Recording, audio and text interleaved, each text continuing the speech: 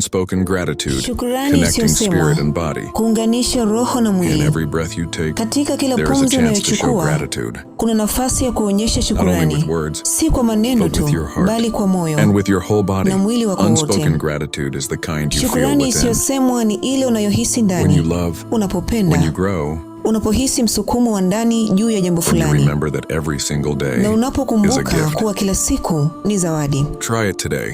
Jaribu Pause for a leo, moment. simama kidogo, Breathe deeply. pumua kwa makini, Recognize just one thing you are thankful tambua for. jambo moja unalolishukuru, Then put it into action. kisha liweke kwenye vitendo. Help someone. Saidia Walk with mtu, joy. tembea Or kwa simply furaha, share a smile with your neighbor. au toa tabasamu dogo kwa jirani. Ikiwezekana, toa sadaka. As you do this, Kwa kufanya your body and hivi, spirit come together, mwili wako na roho yako and vinaunganishwa, gratitude becomes like a na seed shukurani inakuwa kama mbegu taking root inside you, inayoota ndani yako, bringing peace within ikitoa amani ya and ndani shining hope na outward. mwangaza kwa Here at wengine. Otesha Time Content Hub, we invite you Hapa Otesha Time Content Hub tunakualika to live in gratitude, ishi kwa shukurani, to share that light, shirikisha mwanga huo and to see how it can inspire hope, na uone jinsi unavyoweza kuleta both in matumaini your life and in kwenye others. maisha yako na ya wengine. So today, choose one small act of Sasa fanya gratitude, jambo dogo la shukurani leo, something that will uplift a smile chochote kitakachodumisha or tabasamu spark hope in another heart. au kuchochea matumaini kwa mtu mwingine, Because even a simple smile